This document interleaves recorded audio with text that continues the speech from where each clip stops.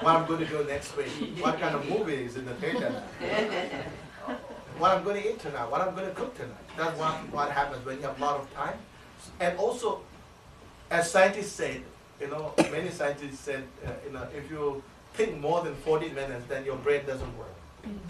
So when you do it, like initially when I start, 5 minutes, I'll be able to do better. So I would do 5 minutes, 10 minutes. Of course, the longer you practice, the longer you are able to sit, But I'm confused. I'm confused. That's why we're supposed to do it 20 minutes. Oh, it's okay. Maybe your teacher knows you better, I'm just giving general my opinion. No, but you should ask, because he knows or she knows you better. So don't, just follow what I said. You should think about yourself, and you can ask him and share, I tell you one story, the late Tenga Rinpoche, come to him, somebody came to him, he said, Rinpoche, I can meditate for 1 hour. And Tenga Rinpoche took some time. In that case, I need to prostrate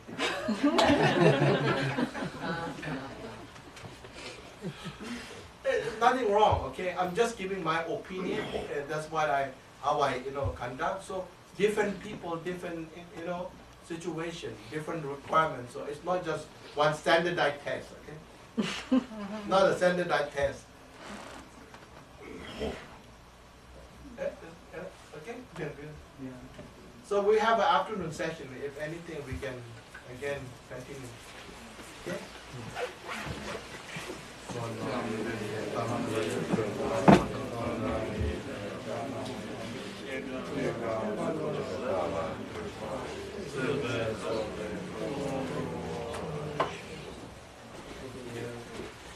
Enjoy your lunch.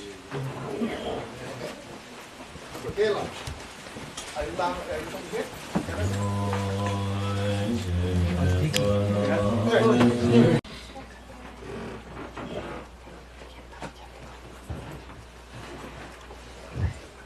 So we have just completed the discussion based on the first point, which are all about preliminaries. Now our focus will be on the second point, which is in fact the main practice or training in bodhicitta. Two kinds of bodhicitta. We will discuss both. Briefly about the practice of ultimate bodhicitta and relative bodhicitta. Of course, it is very difficult for us to practice ultimate bodhicitta because until we attain realization, we may not able to practice ultimate bodhicitta. In order to practice ultimate bodhicitta, one has to be free from so-called three circle. We call it korsum.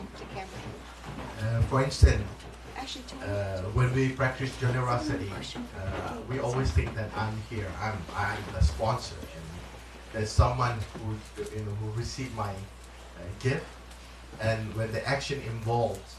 So this is whenever the circle involved, then whatever practice that you practice, such as bodhicitta, becomes the relative bodhicitta.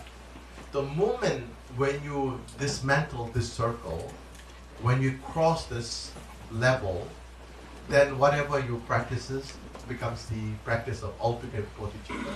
Similarly, in terms of merits, when we cultivate merits, within the three circle, whatever merit we cultivate, it becomes the merit of store, which is the source of temporal happiness, achievement, accomplishment, success, and many others.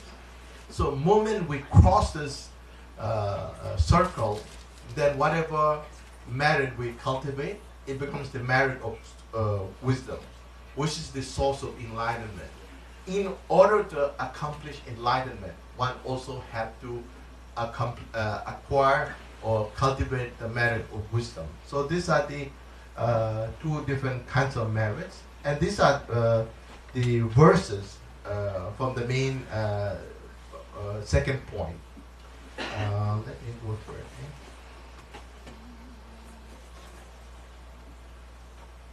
Okay.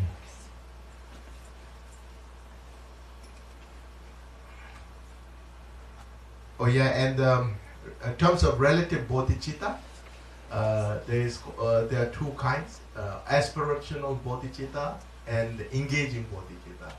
So, as ordinary human being, we should begin with aspirational bodhicitta.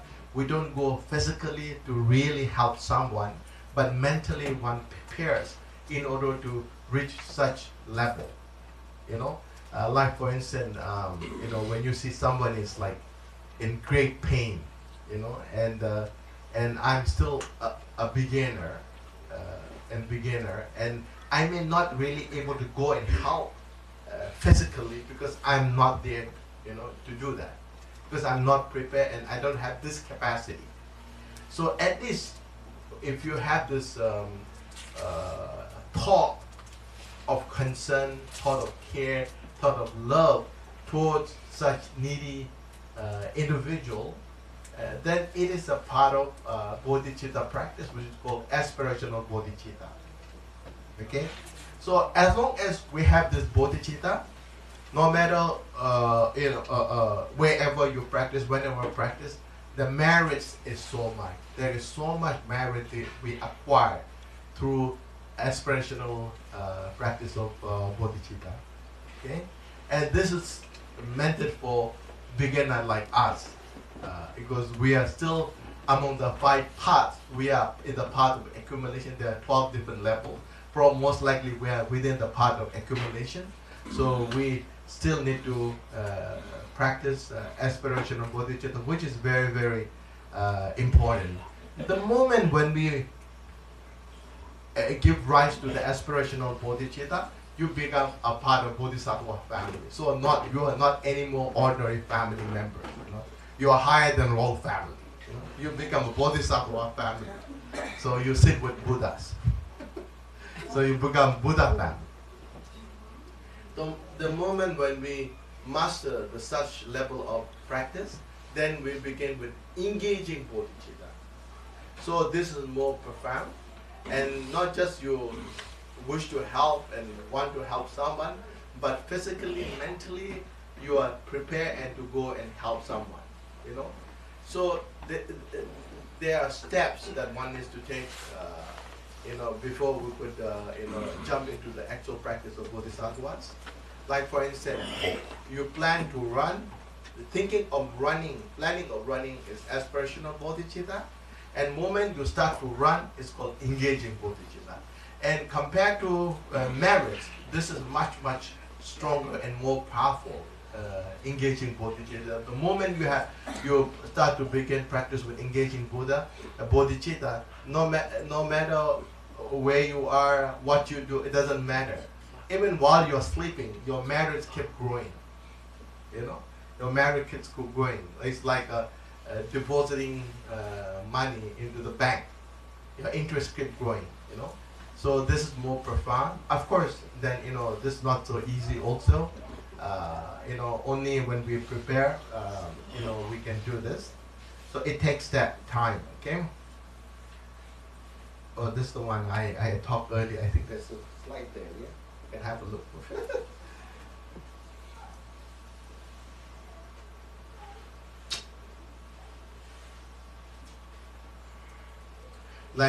Even like terms of compassion, Buddha's compassion is very profound.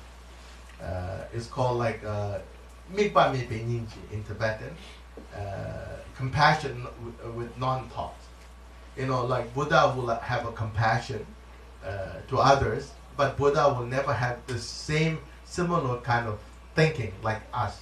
You are there, I'm the one that's sharing this compassion, and there's an action involved. There's no such thing in Buddha's, or else Buddha becomes wisdom becomes obscuration, because the thought itself is not pure. Yeah. So if Buddha has thought, then Buddha is not perfect. Okay. Now we are coming to the main practice now. So this one we have just.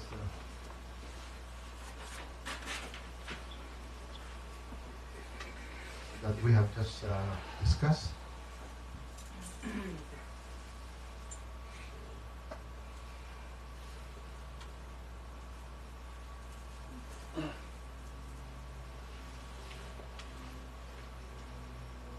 Okay, that's what we have learned this morning, sitting posture. So now this is the first actual training. They are training in ultimate bodhicitta and relative bodhicitta.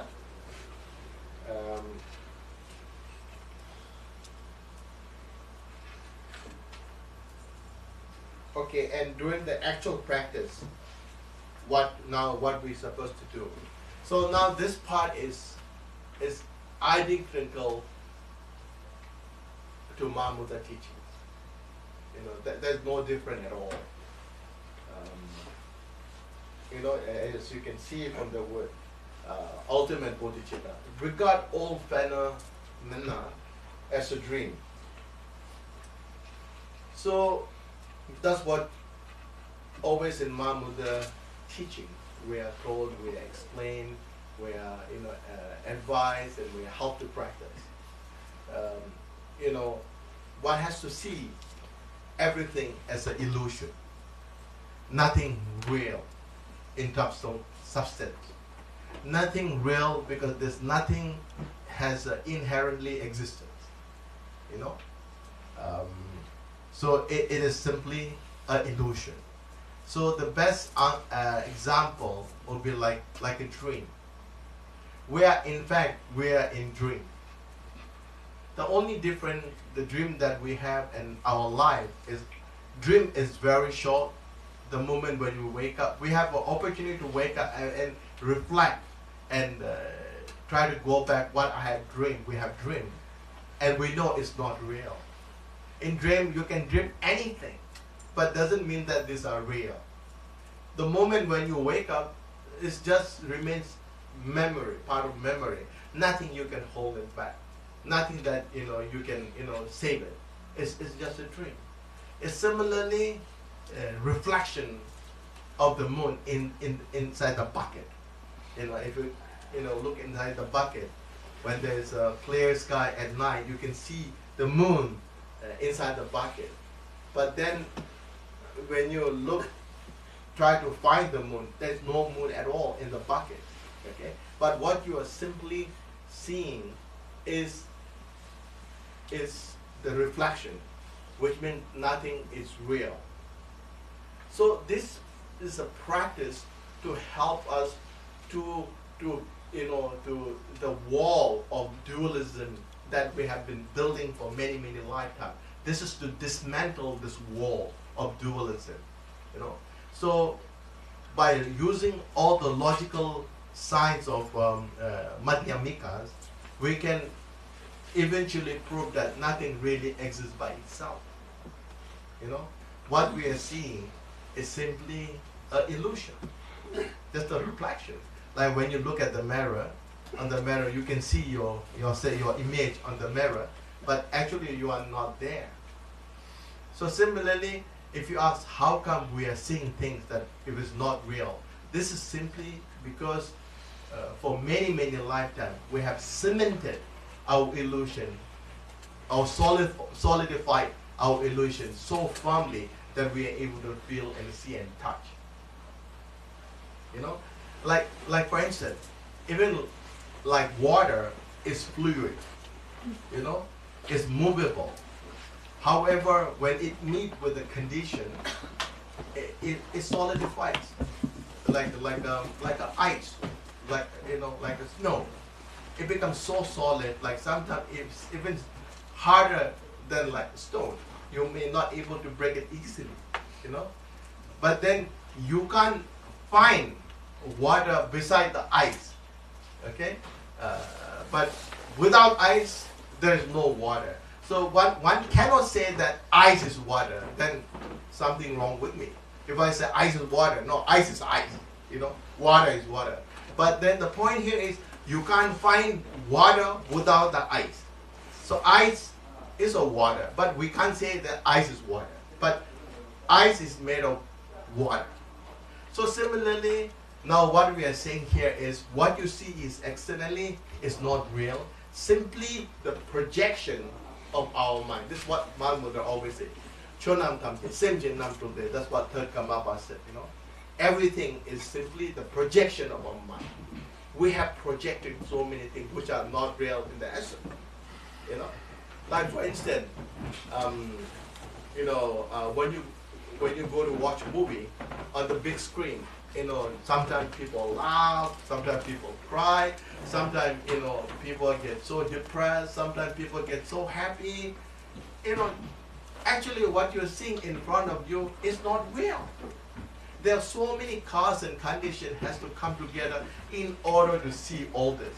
Light, screen, film, director, producer, so many things is involved in order to see the movie. So similarly, what we are seeing simply externally is because for many, many lifetimes, and the main culprit of all this confusion is what we call ignorance. Ignorance is the culprit of everything. So now we are trying to untie the knot that we have tied for so many generations and unbuild the wall that we have built for so many generations. Because once you think it is there, then you don't find reason why I need to practice, go through all this hardship, because things are there. So what you are saying, illusion. I heard one time in Europe, one of the Lama was conducting teaching on emptiness, and she was saying everything is empty, nose is empty, me is empty, eye is empty, you is empty. And one of the audience just stood up and came close to Lama and pinched him. You want to make sure that you are real. Give a good pinch, and Lama scream out. I thought you were emptiness.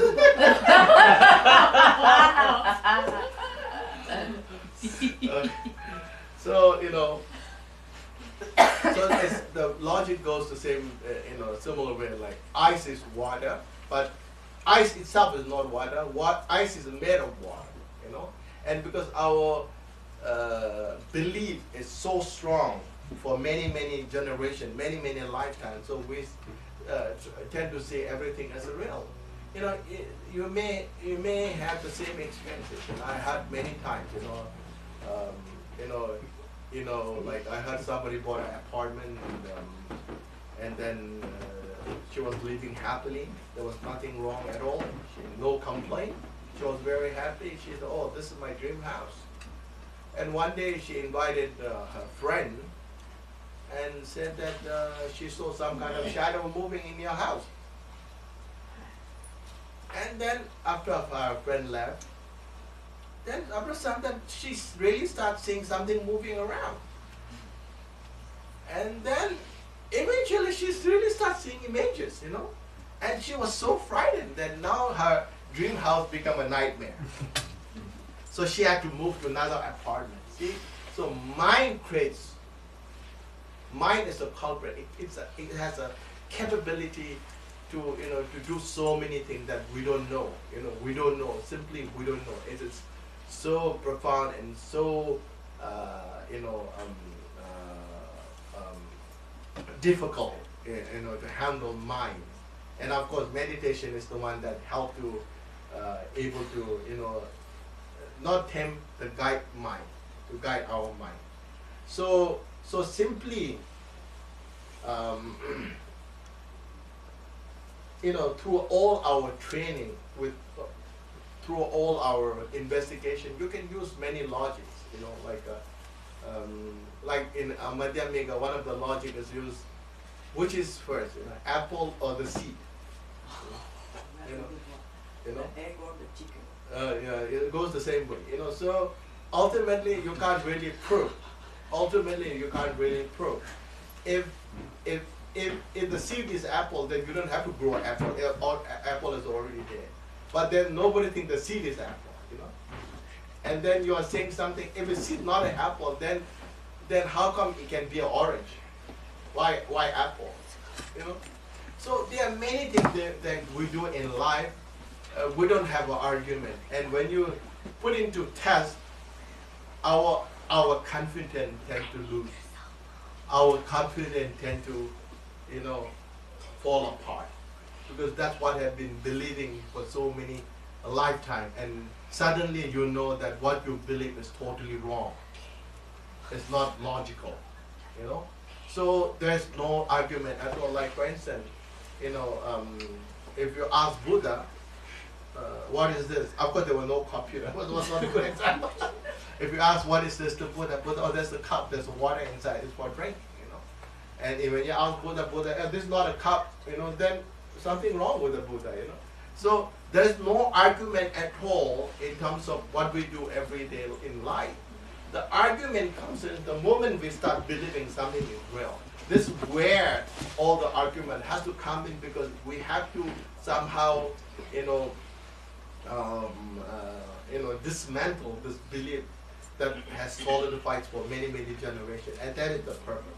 Now the problem here is, okay, we somehow accept that mind and things does not exist externally, because time again and again we have proven somehow we may have believed that nothing really exists by itself, you know, and the culprit in mind.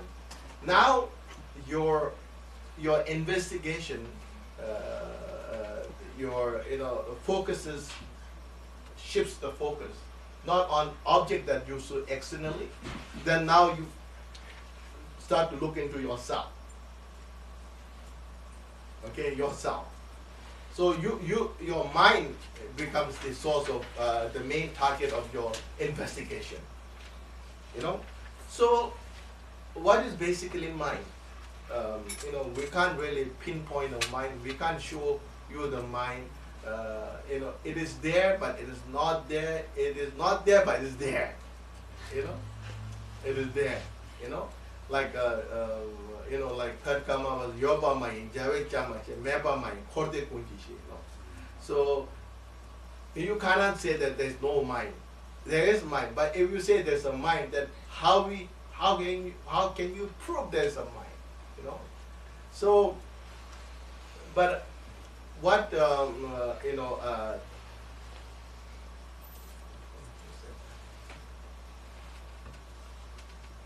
like I think in Nyeten Jatso by Nine Karma, Nyeten Jatso, the ocean,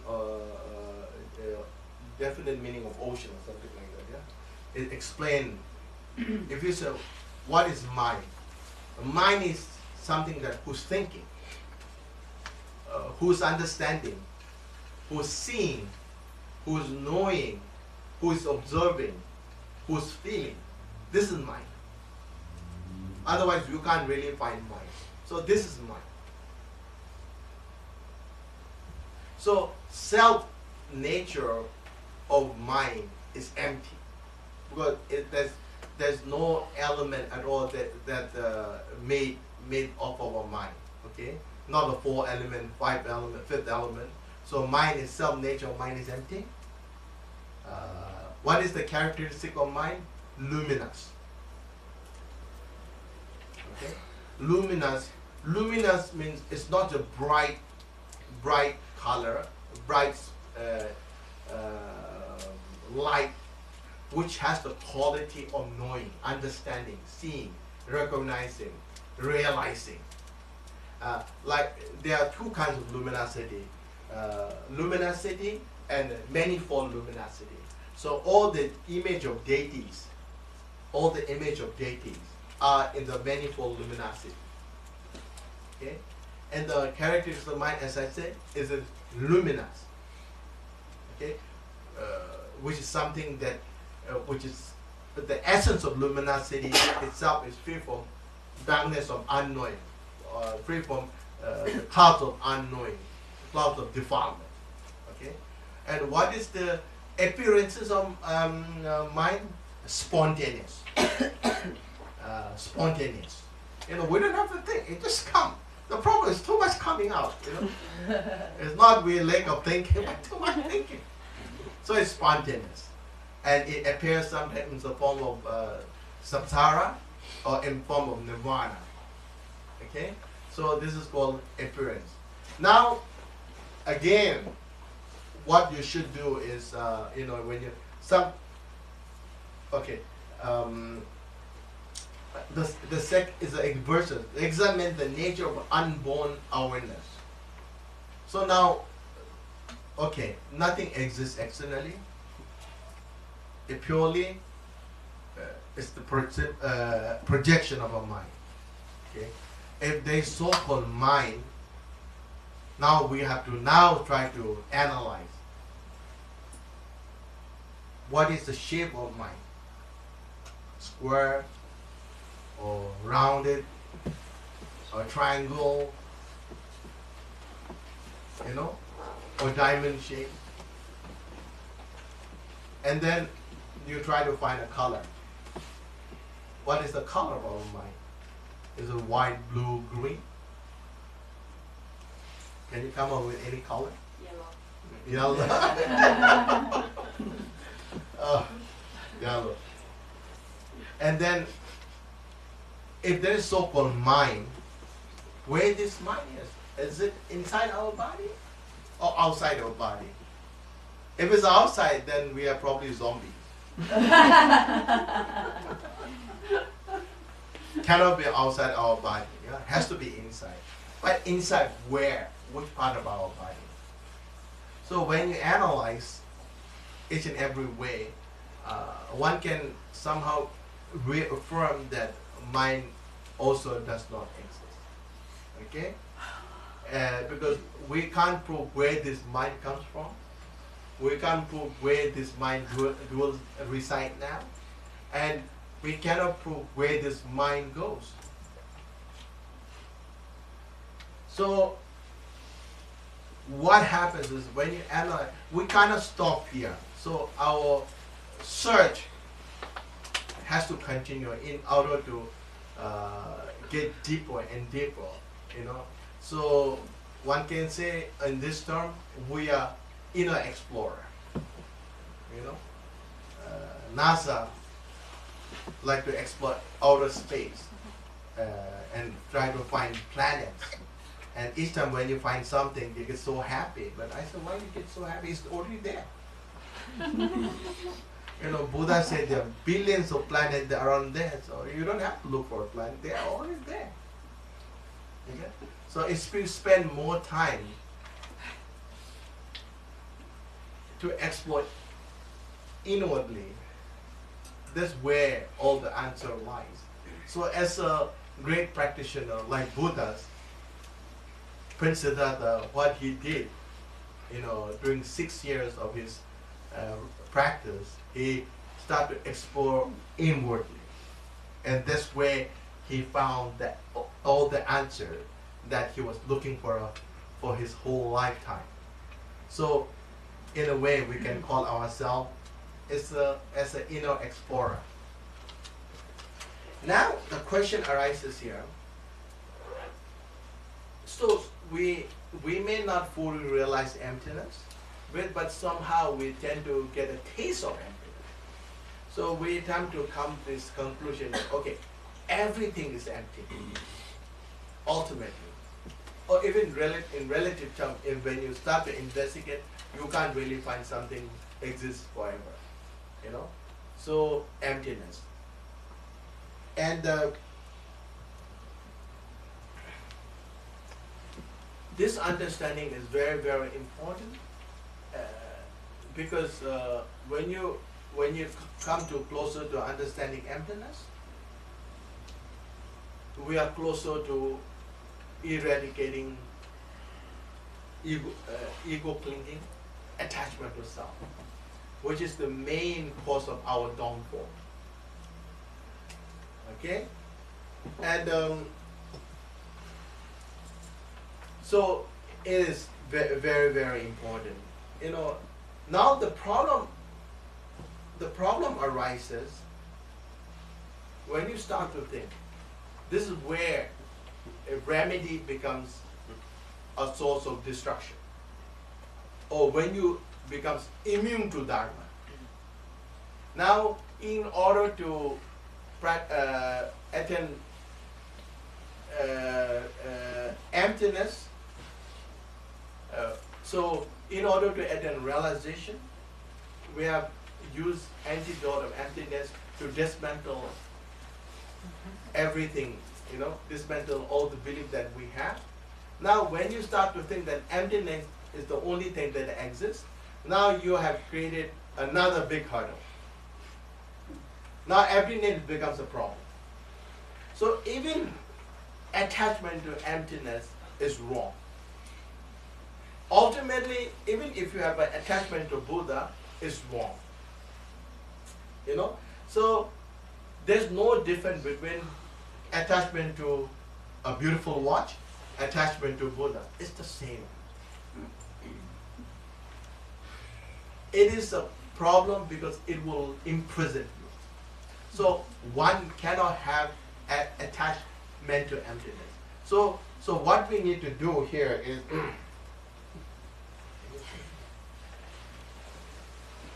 what you need to do here is to look at emptiness itself. Like for instance, when you are meditating, thought may arise. Thought may arise. There's nothing wrong with the thoughts, And I've been hearing myself, and have came across from many texts. The problem with us is when thought comes, we want to knock it down,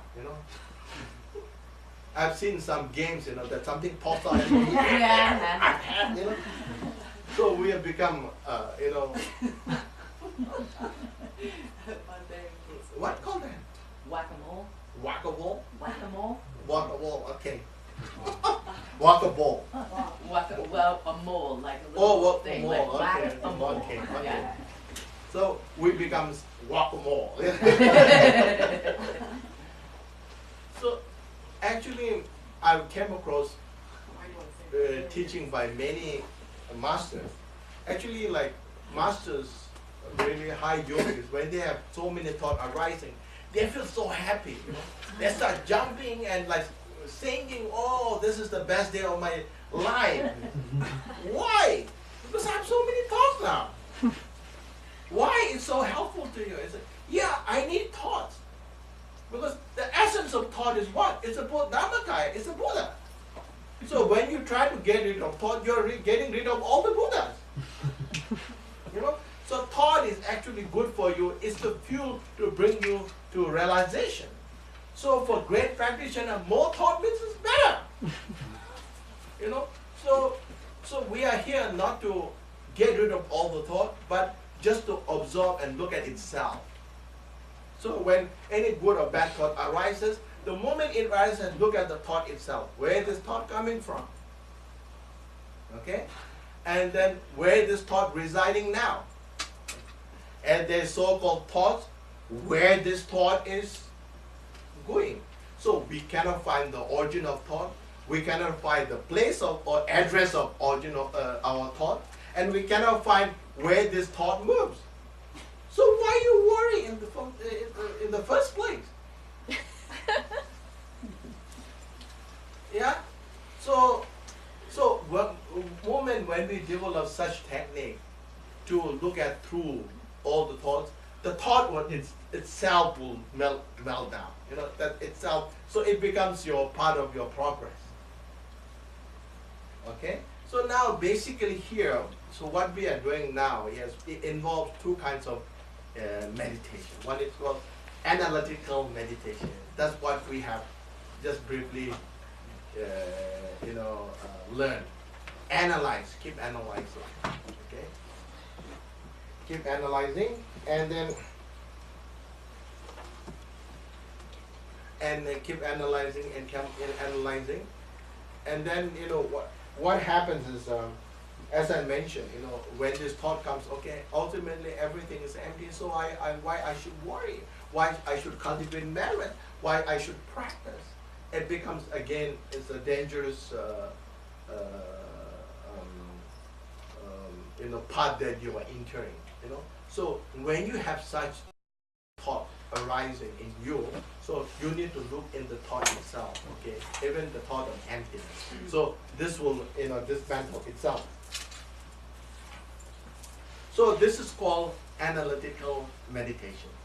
When you analyze all the time, you analyze each time when thought arises. Okay. Now, stabilizing meditation. So that's what we're going to. Okay, this what means stabilizing. Rest in the nature of all, the basis of everything. So what you need to do here is, you know, when you analyze, when you investigate, when you study, you cannot find anything which you know, which has self-existing or inherent existence. You cannot find something that exists externally or internally, okay? And then what you need to do is, so the mind never reborn, mind never born, mind never ceases, mind never resides, you know? And here it says, rest the nature of all, which refers to also Buddha nature. Buddha nature.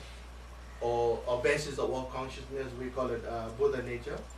And let your mind be free from all thoughts, good or bad.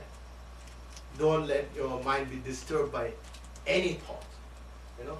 So during the meditation, if you think Buddha is wrong, you know, and when you are doing meditation, when you are focusing on breath, suddenly you think about Buddha is not right, because you're not supposed to think Buddha. You are supposed to think about counting your breath is wrong, you know. Anything other than what you're supposed to do is wrong. Okay? So what you need to do is you need to understand such nature. Initially, when you begin, we need to understand. That's what we call koa. Okay? And then ko nyom tokso. Nyam. Nyam means experiencing. You know, like for instance, if you tell someone about chocolate who never tasted chocolate in life, maybe there are people in the world, you will never know, who never tasted chocolate. You know, you explain what chocolate is. You slowly he or she will try to, crystallize what chocolate looks like or tastes like. You know, and then when you go deeper, what we call is experience, then you become very close to really feel the taste of the chocolate. It's like before you get closer to fire, you tend to feel the heat. That's called experience. You know? Finally, when your experience is not disturbed, because sometimes in meditation you have a pleasant moment, sometimes you have a difficult moment, and then what happens is then we start to jump over places. You know, when you have a very pleasant moment, you tend to hold back. Oh, I want this. I want to hold this back. You go to all the Rinpoche Lama. Can you do something? Can I hold back my feeling? It becomes a problem. You are already distracted from your main way. Or if you have something unpleasant thought coming in, then you get so worried and you feel so unhappy. You know, because the thought has come in you. So one shouldn't be distracted by whatever happens during our journey. Like when you are driving in the middle of the road in a highway, you pass this beautiful house, and you say, "Oh, ugly house." You don't say that. "Oh, beautiful house," and then you may bang somewhere. You know? So what you need to do is keep driving. Your destiny is the most important. That's what we need to do. So now, okay. This has the quality, or the nature of mind is free from thought, all kinds of creation, okay? Has the quality of clarity, freedom of thought. So, which I already mentioned earlier, our mind, the essence of mind is empty, and the characteristic of mind is luminous, and the appearance of mind is spontaneous, okay? So that's what mind means. Okay, we'll spend 5 minutes looking at the mind. Okay?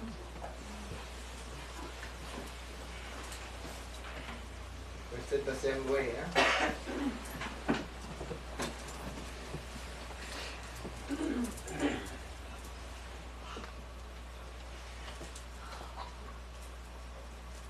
Okay, I have the slides here, how to sit if you have forgotten, because after lunch you tend to forget. Come on,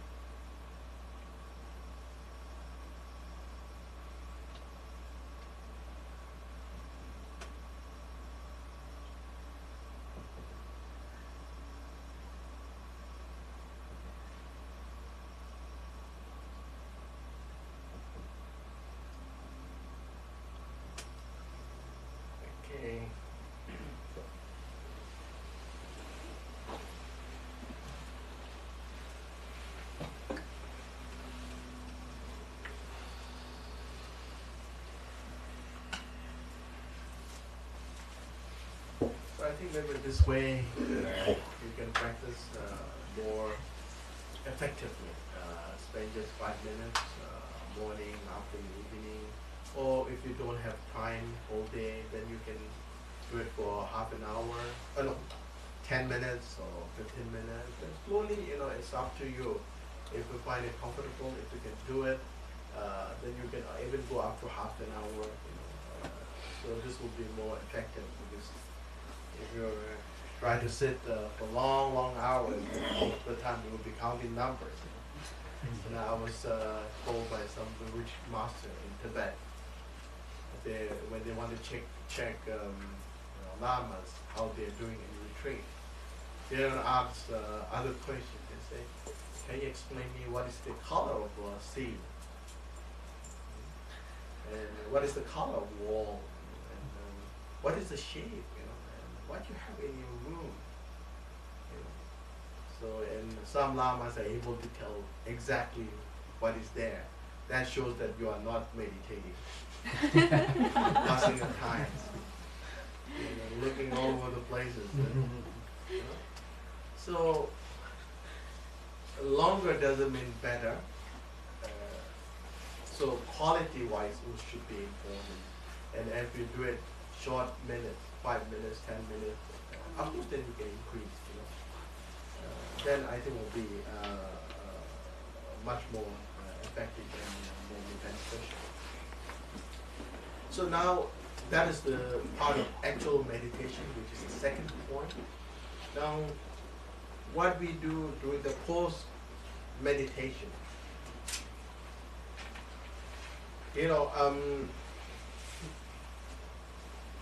it is important to see that everything as an illusion.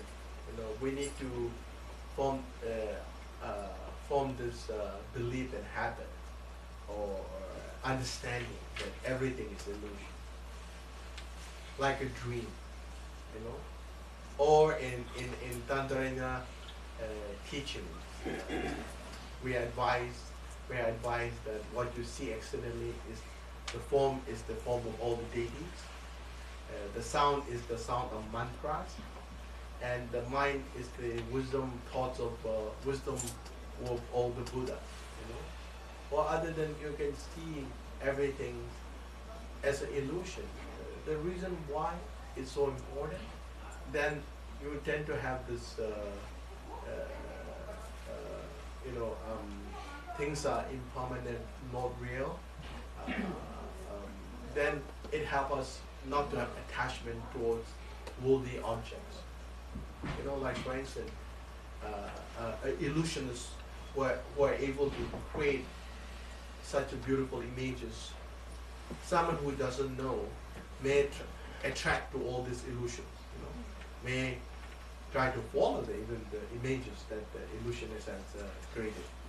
But for the illusionist himself or herself, never will have this such attachment, because he or she knows that things what you see in the front is not real. Not real. So this is very good for the individual practitioners. When you see things as not real, so this helps us not to have a strong feeling towards anything. Attachment particularly. There are two things that distract our way to enlightenment, or before we die. If we say the most important advice, not to have attachment, not to have anger.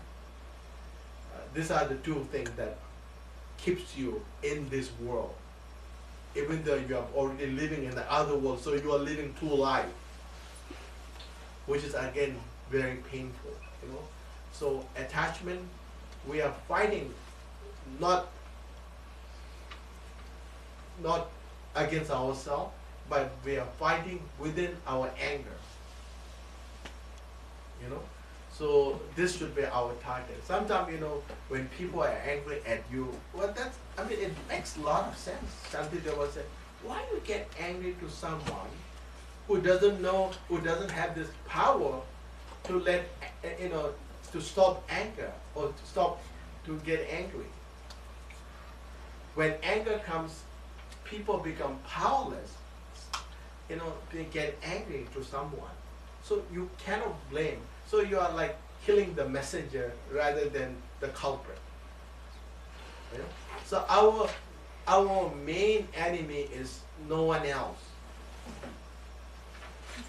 Our main enemy is the negative emotion, poison, attachment, ego clinging. And once we address this issue, once we are free within, then it doesn't matter where you live. You always live freely. Otherwise, imprisonment doesn't mean that you have to live in the prison. People can live in the bungalow, you still get imprisoned. Like a lot of famous people, they're imprisoned by their own fame. There are a lot of people, they're imprisoned by their wealth. A lot of people, they're imprisoned by their power. So we have to really, in a way, I think we are so lucky. Even though we may be not rich, we are not famous, we are not powerful, but we are very happy. Like if I want to go to a restaurant, I can go to a restaurant, eat something. If I want to go to shopping, I can go to shop if I have money. But when you have to afraid people may rob you, or somebody may take photo, and somebody may harm you. Actually there's no happiness there. So if you can really think, I think we are the most happiest people. So we need to recognize this moment and grab this moment and be happy, and then you are happy all the time. Happiness is not a destiny, but it's the momentary. So every moment that you have, you hold that, recognize that moment, be happy. So I try to hold every moment. I try to feel happy every time. One cannot say that you are happy 24 hours a day. Then you are probably living in a distant land. Okay. So coming to the actual practice now, we have briefly discussed about the importance of ultimate bodhicitta. Now this is more the actual practice of 7 points of mind training, so called giving and taking, sending and taking, only preparation, how we prepare, and actual practice, and the post meditation.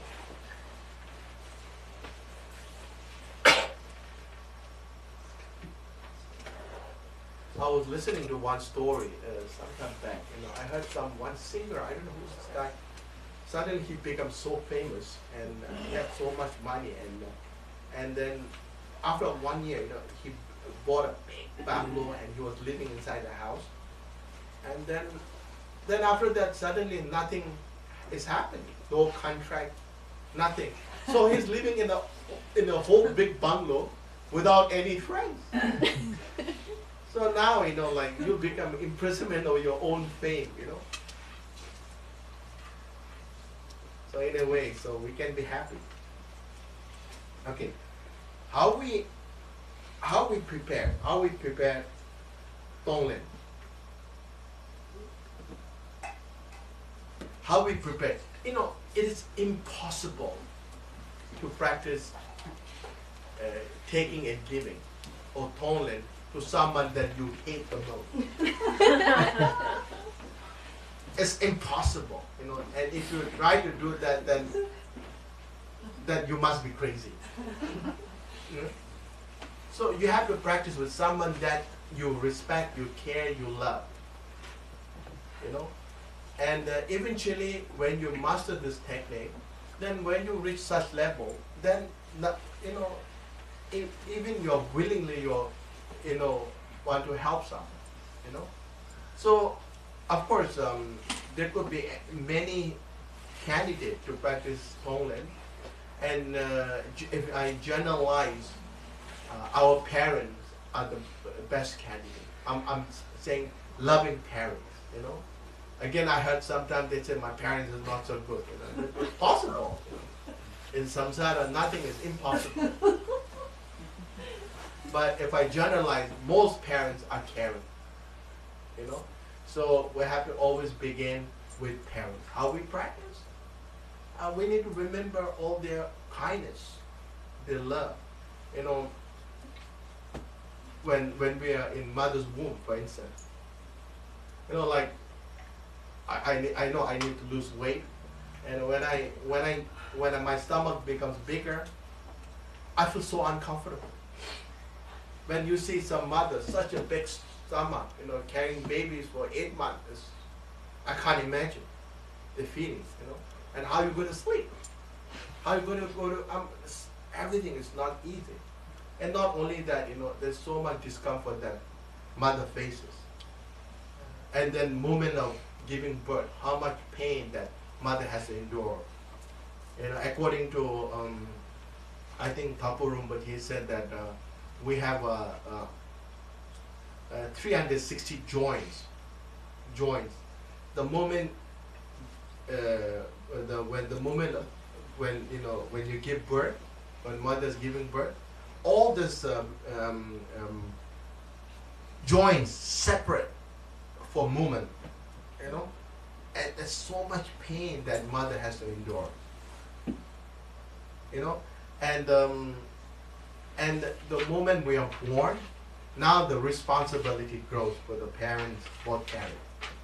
We worry the well-being of the children, constantly worrying they may not get hurt, or they may be not hungry. They save all the best food, the best clothes, the best thing to the children, try to make them happy, you know, and feed them, and they want to give the best education. They worry about their education. I'm seeing all the time. I see, like, when children are studying, parents are studying together, you know. And then once they graduate, they worry about their job, what kind of job they will find. Okay? And when they find job, they worry about what kind of wife or husband they will get. And then after they get married, and what kind of children they will have. You know? So now, list of worry never ends. So it's a cycle, vicious cycle. So there's no retirement at all. I know now there's many children now, you know, when their both parents are working. So now your grandparents become nanny. So many places, you know. So when you think about the difficulty, the pain that every parent has to go through, you know, it's unbelievable, you know, and it's so important as a Buddhist to see and accept their contribution to us, to society, you know. It's something we cannot really overdo, you know, overlook. So parent can be our best candidate to practice. So now, how we practice, okay? So this is the actual practice. Now, whatever we may discuss so much in 7 points of mind, this is the actual practice. This is the actual practice. So the question here is not just parents of this life. Buddha said each and every being in one in their lifetime has become our parents or relative or someone, you know. So which means we have to extend with a parent, then close relative, then to a relative, then to a friend, then to a stranger, then to someone that you do not admire. So these goals keep growing, you know. So basically to everybody. But one must begin with our parents, then we can do this, you know. So how we practice? There are 2 ways of practicing. The first step, what you can do is, you can again sit in meditation posture. You know, meditation posture, you think that, okay, I'm taking away all the pain of my parents and everybody. You know? I take the pain, and then you have to visualize that the pain is now in me, and I can see they're very happy, very joyful, so much of satisfaction I can see in their eyes, and I feel happy and very satisfied as a practitioner. And then again, I should give away all my merits, my good health, my love, my care, everything to others. And when they receive my gift, you know, and I make them very happy, and I feel myself very, very pleased for what I have done.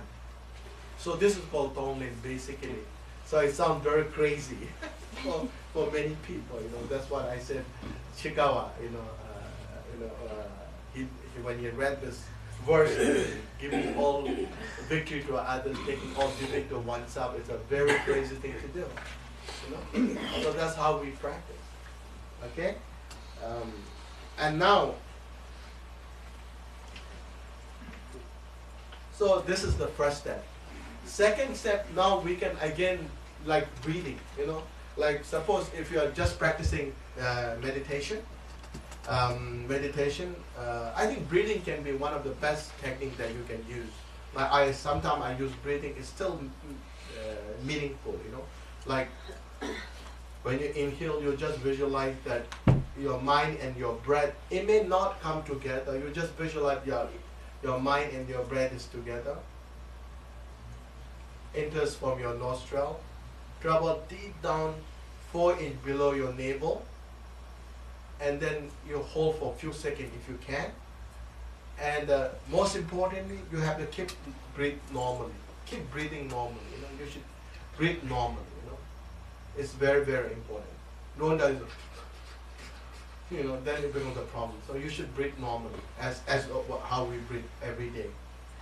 And then when you exhale, you have to just visualize that your mind and your breath is coming together, and comes out from your nostril or mouth, travels 16 inches of distance, then you count 1. Then you can go this way, you can go 7 times, stop, and rest for a while, you can do 7 times, then slowly increase to 14 times, 21 times, 50 times, even you can go 100 times.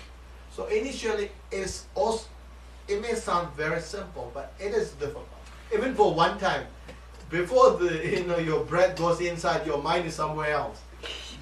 A weekend, you're gonna have a party. Your mind is somewhere else, so not so easy. Don't take for granted. Okay. Similarly, when you're doing Tonglen practice, what you can do is you visualize all the sufferings of others in the darkish color. So when you inhale, you have to visualize that all this suffering comes in the darkish color, enters from your nostril, and travel deep down 4 inches below your navel, and reside there. And then you have to feel that I'm taking all the pains of others, and you see others are all happy, satisfied, joyful, pleased with your compassionate act. And then when you exhale, you have to give away all your love, care, happiness, prosperity, merits. Comes out in whitish color, comes out from your nostril, and then slowly enters a nostril from the mouth of others, whoever the receiver are, and they receive our gift, and you feel very happy, satisfied. That's what you need to think. So that's how we practice. But to begin with such practice, it's not so easy. I know it's not so easy. So you can, if you cannot do this, you can just think, okay, I share all my hopes, my best wishes, my love and care to everybody. And you don't think about the suffering. Okay. Otherwise, you may find painful.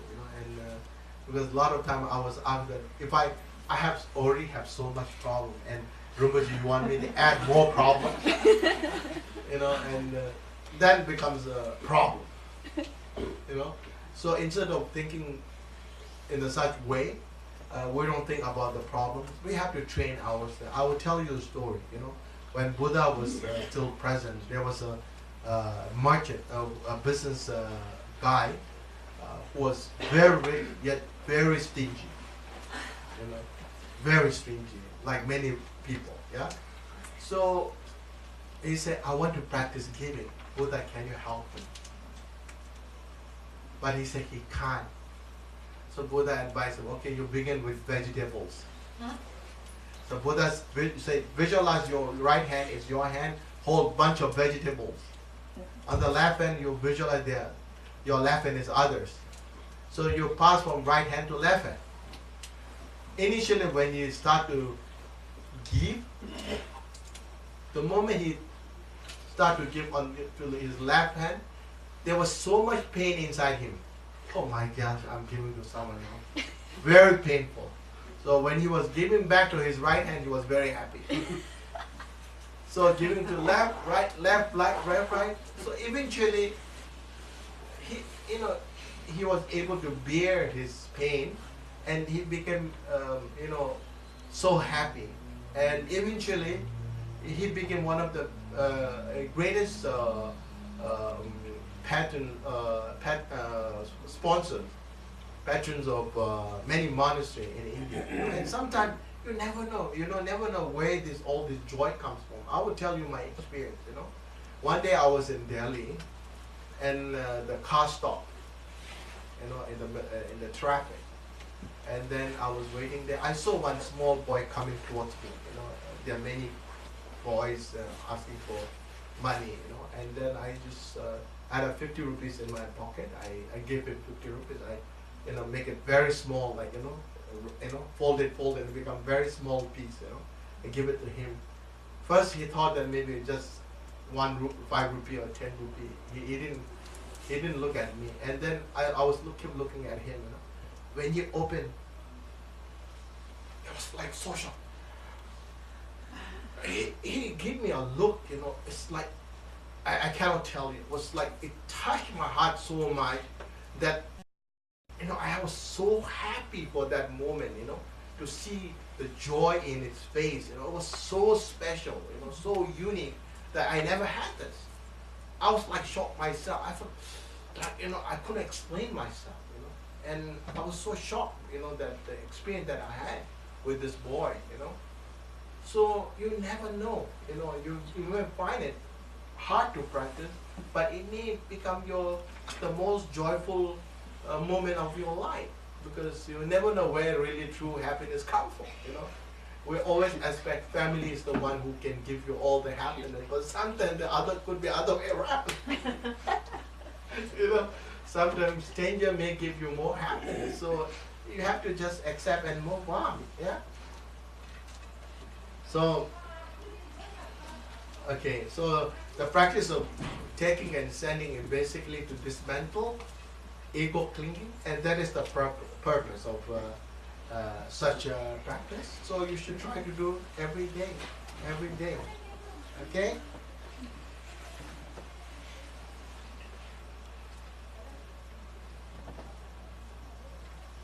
Okay. Now pause meditation. Okay, now what we are trying, through 3 objects, we develop 3 poisons. Now if poison remains as a poison, then it's going to consume you. It's going to use up all your merits. At the end of the day, you're going to end up with more pain. So now we are basically turning all this poison into the seed of virtue. How we do this? That's what I'm going to explain. So basically, due to 3 different objects, due to 3 different people, we develop 3 kinds of 3 poison. When you see someone that you like, you love, you care, your attachment grows. It's normal. Your attachment grows. Ego clinging grows. Okay?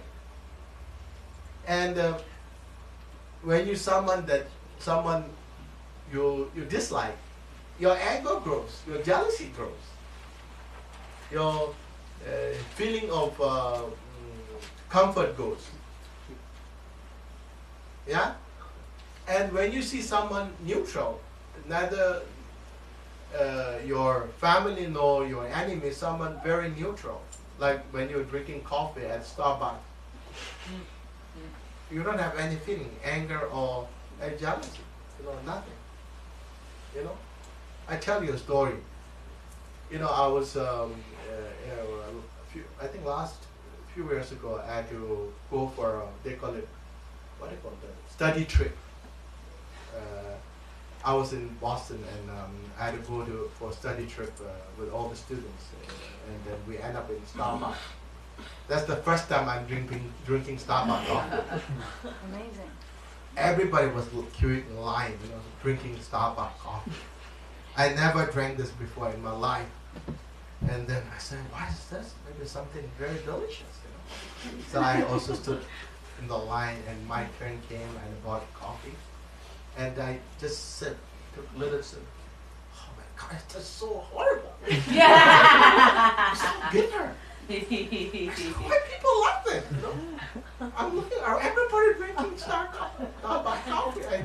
I couldn't even drink one, like a little bit also. I just simply throw it, That's my experience of Starbucks. So as Shanti they always say, when you get used to it, everything becomes easier. So probably if I keep drinking Starbucks coffee, one day I may start to like Starbucks. Yep. So now this is important. How we transform our seed of all the poison into the seed of virtue. That's what we have actually I explained in the beginning this morning. So we are not shorted of our poisons.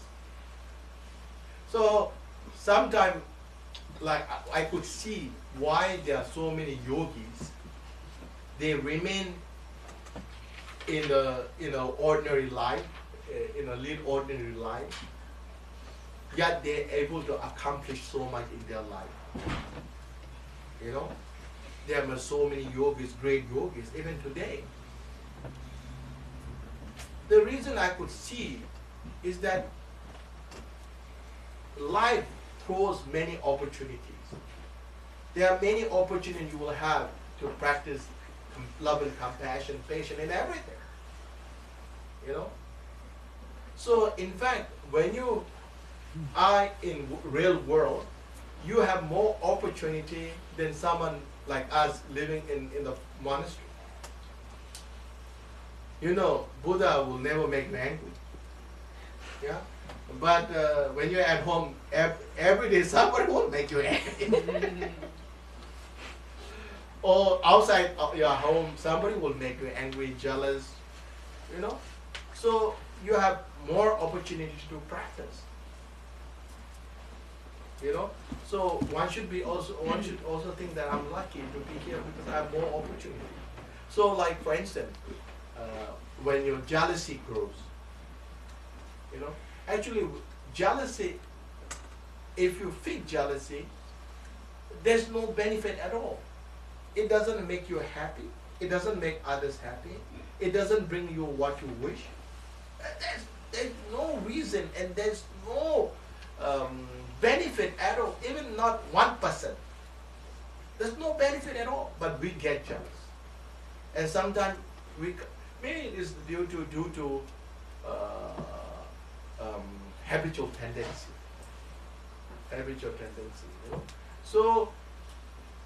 So when we use a technique from Kadampa Guru, even jealousy can be a seed of virtue, as I will explain.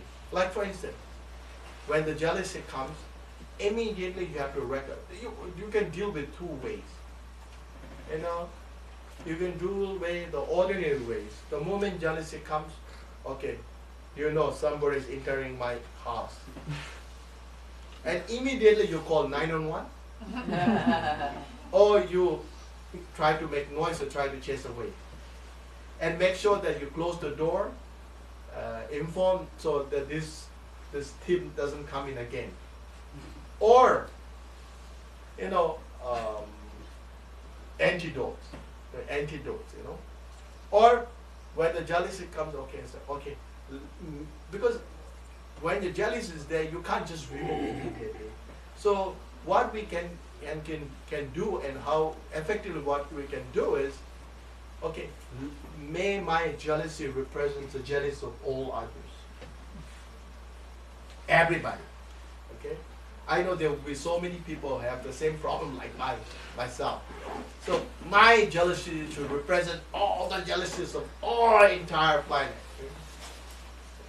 Second, may others be free from such jealousy forever.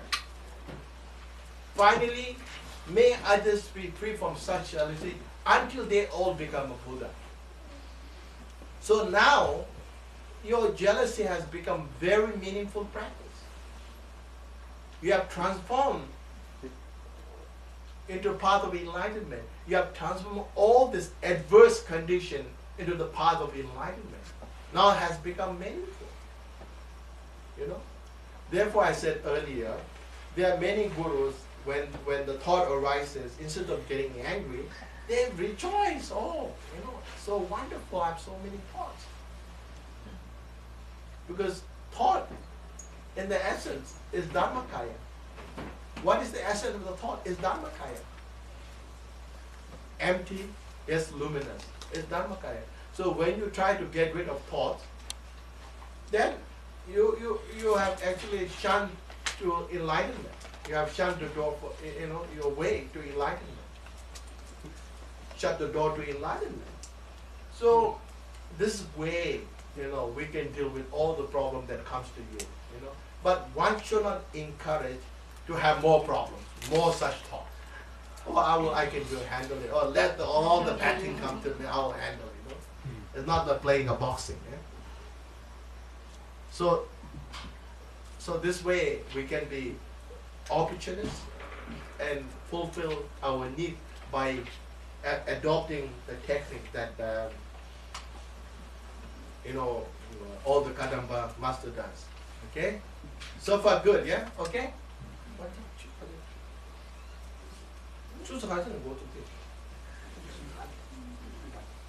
Huh? Huh? 324. Wow, so fast. Eh? Did I talk too much? I think so. Okay. Use reminder in every day we do. You know, like songs we sing. So what the song that all this Kadamba master like to sing is, may all suffering of all sentient beings ripen on me. May all my happiness and source of happiness ripen on all sentient beings. That's what all the Kadamba master like to sing every day. You know, this could sound weird, sometimes even strange, but that's what they do. You know, and this is basically not to harm ourselves, not to hurt ourselves, but basically it is to eradicate or contain the level of attachment, ego clinging. Because eventually ego clinging is the one that brings us pain, suffering, misery. So in order to stop this ego clinging, this is one of the best ways that we can offer, that Kadamba master can offer us. Yeah? And we can go a little bit down then, you know. Okay. So before we could practice again, begin sequence of taking with yourself. So we should always begin ourselves first. You know how we do this? Like if I have to endure the pain, you know, I can endure for myself. You know, I may not able to endure the pain of others, but for my own pain, I'm able to endure the pain. Lama reminds me of one old Lama from Rumtek, one of the Lamas from Rumtek.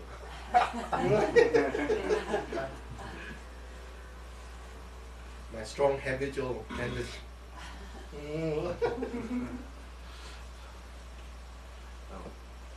So we visualize the suffering of tomorrow in me, on me. Visualize suffering of 1 week ahead, suffering of 1 month ahead, suffering of 1 year ahead, 10 years ahead, 20 years ahead, 30 years ahead, on me today. Even though not all the suffering come in one time, but this is how we train every day. You know? So I take the suffering of today, tomorrow, 1 week, 1 month, 1 year, 10 years, 20 years, 30 years today. So this simply to train our mind, and that's how we should train. One should always begin with oneself. Okay?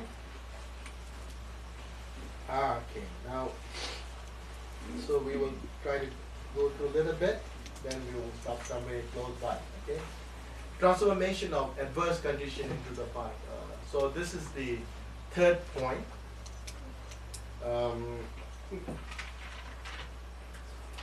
You know, in this point, it is so important. You know, as a practitioner, one has to be opportunist. Whenever that opportunity arises, immediately recognize that moment and turn into the path of enlightenment. Condition the adverse condition into path. As I just mentioned earlier, when jealousy, anger, hatred, all this arises, immediately use the practice of Tonglen to in your favor, not against you, but in your turn in your favor, by applying all these different conditions. This way, you know, our life can be very meaningful, and wherever you are, we can always practice, and we don't have to sit in a certain posture or certain place. This can be done with your family members, friends, with anybody, you know, anywhere, even in the plane, anywhere. Of course, except while you're driving. You have to remind, otherwise you bang your head and you suddenly, you know, you start pointing fingers everywhere.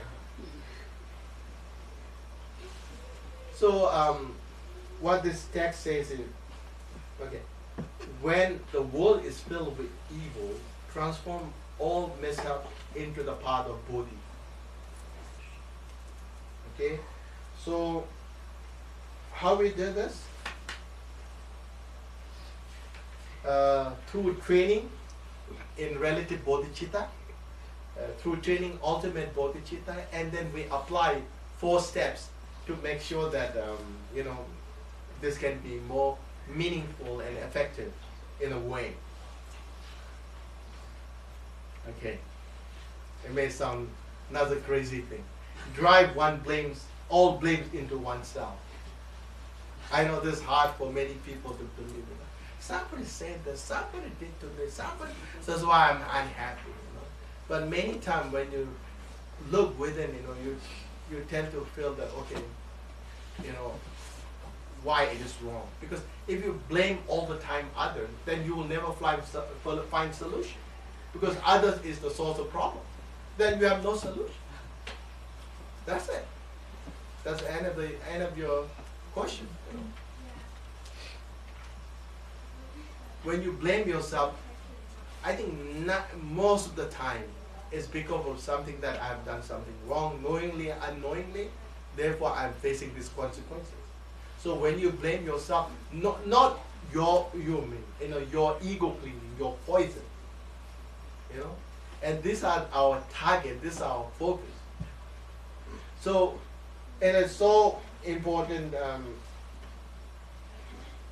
to blame yourself, because like you know, Shanti Deva said, when you think about all the suffering that I have to go through every day, it's all because of ego cleaning. I'm not happy because somebody did not respect me, or I'm not happy because somebody was very, very rude to me, or I'm not so happy because somebody has more than me, or I'm not so happy somebody is beautiful or handsome than me. So when you cut me, then can you see the complaints that you have? You have cut down almost all the complaints. When you just remove me and I, then you see how many problems left. Then you can hardly find very few problems that is because of others. So therefore, Shanti Deva said that people are afraid of ghosts, and he think that when the real ghost is moving, nobody's afraid. He said, we are the ghosts, and we are not afraid of moving ghosts or moving corpse. You know, when you see our body, dead body lying on the floor, everybody's so afraid to touch the body. It's so afraid, oh my dead body, oh, you know. But when the dead body is moving, nobody's afraid. I mean, one has to really think, although it may sound very crazy. That's what Shantideva said. And, okay, oneself.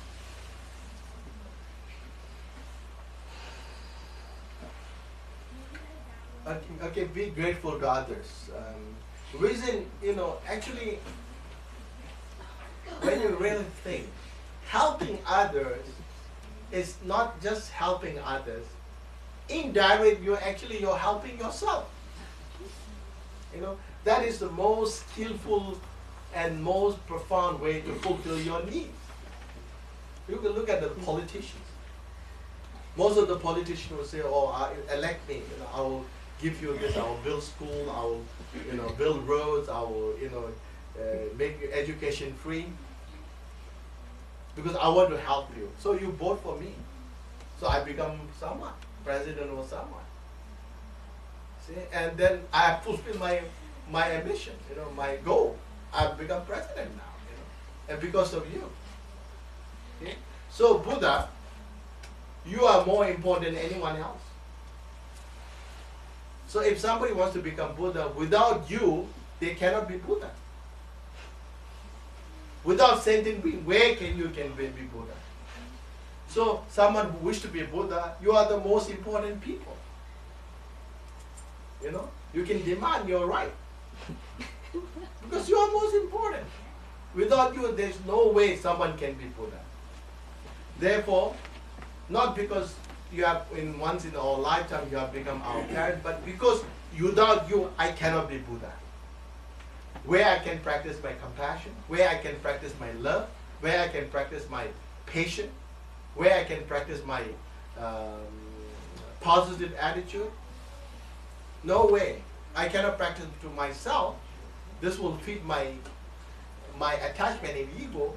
So you become the most important people, more important thing to someone who wants to be Buddha. So Prince Siddhartha was very wise. He recognized this potential in you, so he started pleasing you all, so he is Buddha now. And we fail to recognize this potential. We start pleasing ourselves so many times, so we are still here. You know?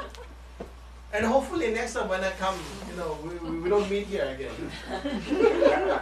Maybe somewhere in Buddha land. And that's what Langri Thangpa said. It was so interesting. So this is the difference between ordinary people and practitioner. You know, one make him, oh, I'm a practitioner. I'm a practitioner. You know, I'm a practitioner. Am I a practitioner? So this Langri Thangpa, that's what it says. It says a person who is only concerned for himself is an ordinary person. Okay? A person who is concerned about others is a real practitioner. So someone who is concerned for himself or herself is not a practitioner. Someone who is concerned for others is real practitioner. So I would like to leave it here, and if they have few question answer, we'll start again tomorrow. Morning one session, then afternoon have an initiation, right?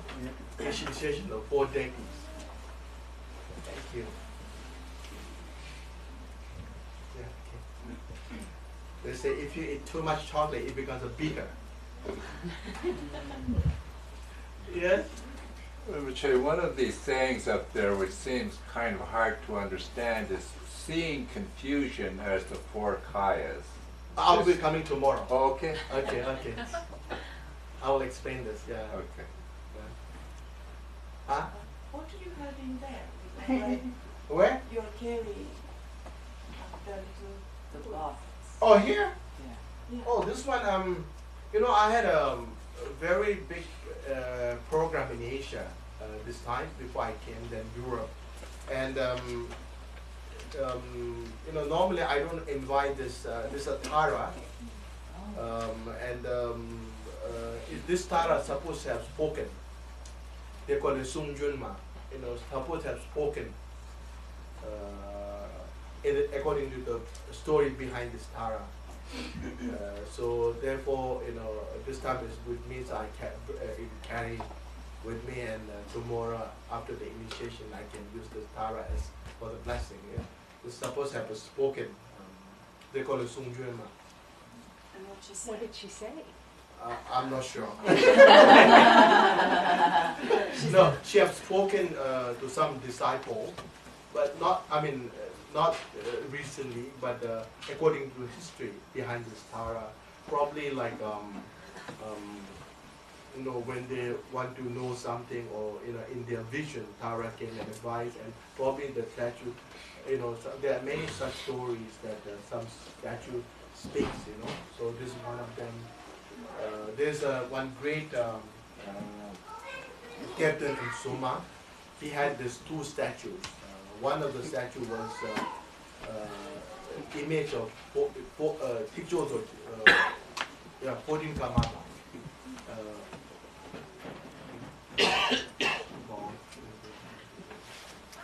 Tikjodo, yeah. He made himself, you know, he was a good craftsman. So he made himself his own statue. So he had these two statues with him. So then he said that, okay, Kamapas image, there will be many Kamapas come. You know, according to prophecy, there will be 21 Kamapas. So one of the Kamapa may make same statue. You know, like 70 Kamapa. You know, it's only 7 Kamapa.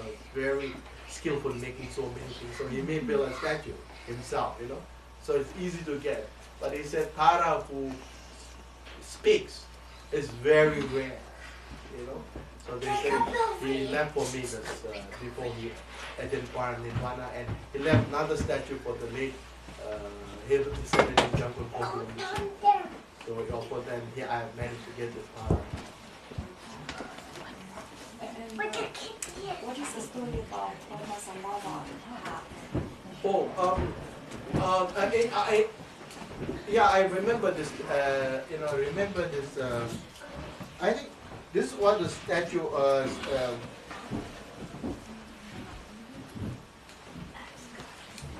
You know, Sawa Jalpo, one of the king, offered this head to Guru Padmasambhava, and Guru Padmasambhava used this head. I think this head is in somewhere in Tibet. I heard somewhere in eastern Tibet, this statue resides in eastern Tibet. I don't have that statue. I already had that. So you don't have that. Thank you. Welcome, welcome. Why it's so warm inside here? Is it heated? I thought we were practicing Tumo. Even here. So I think it's because you're a little higher than us. It's cold down here. Okay, with no question, we will see tomorrow. Okay? Mama,